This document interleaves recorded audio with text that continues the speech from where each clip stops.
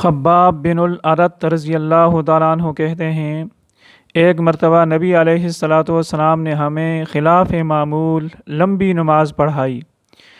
हमने अर्ज़ किया, ए अल्लाह के नबी, आपने ऐसी नमाज पढ़ाई है, इससे पहले कभी इतनी लंबी नमाज नहीं पढ़ाई।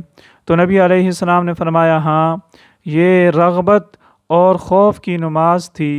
इसमें मैंने अल्लाह रब्बुल इज़्ज़त से 3 दुआएं की।